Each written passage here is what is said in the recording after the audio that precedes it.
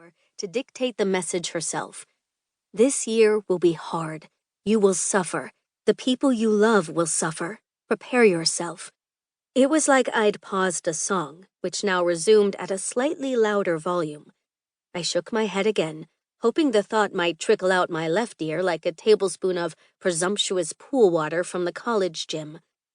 But with one last burst of urgency, I felt it to be undeniably true.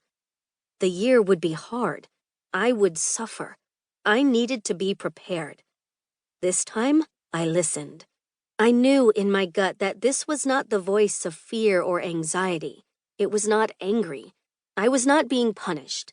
It was the voice of my mom calling me to let me know there's traffic ahead and to leave a little early. It was the voice of a friend tipping me off to the high expectations of a difficult professor. It was the voice of a doctor about to draw blood 2 seconds before the needle went in. Quiet desperation. I didn't tell anyone about my omen. I'm really not one for direct messages from God.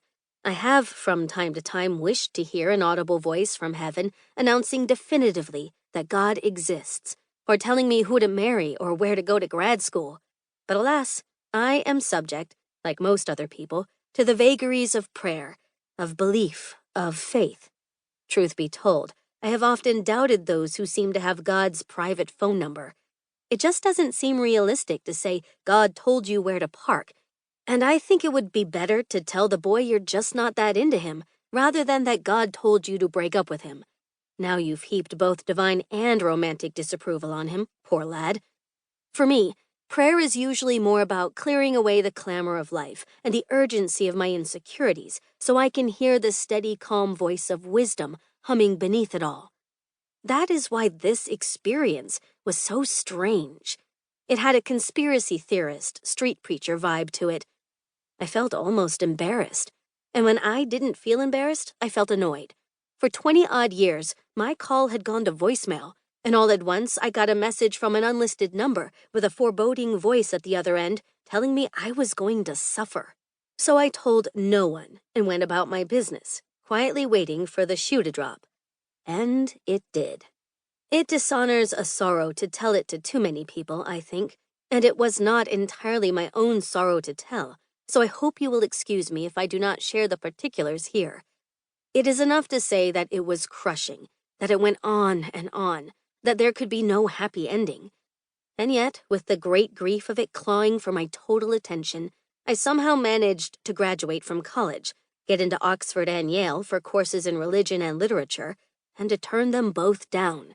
I had tried and tried to talk myself into saying yes to one of the opportunities, but I could not.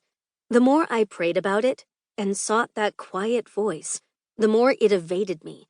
I could not be at peace about them, so I turned them down, half convinced it was what God wanted me to do, and half convinced I was insane for turning down the best opportunities I might ever have. More than anything, I was just bone tired. When I was honest with myself, I feared, as fragile as I was, that if I had gone, I would have splintered, leaked, and failed. I see now that there was a wisdom in my hesitancy, but at the time all I could feel was that I was stupid for turning down 2 dream opportunities. I felt that I was a coward or a fool, or very possibly both. I moved home to work and save money and get my bearings. I was so exhausted from the disappointment and sadness of it all that I was barely able to be pleasant. I began to feel that I was a drain to everyone around me. Not that there were many people around me, because I was in that strange position of returning to a place where you had once been a very different person and feeling oddly disjointed from the people you knew in high school. I avoided the friends I did have because they acted so awkward around me, either conspicuously avoiding any discussion of the sad thing while indicating its presence with a dozen significant looks, or trying to shore up the open-ended pain of it with well-meaning words. For the first time in my life, I thought a lot about dying. I didn't want to die exactly. I was just tired of living, tired of being in pain, tired of feeling lost, tired of being a drain to the people around me. So I threw myself into a handful of unglamorous jobs and tried to be okay. Henry David Thoreau aptly wrote that the mass of men live lives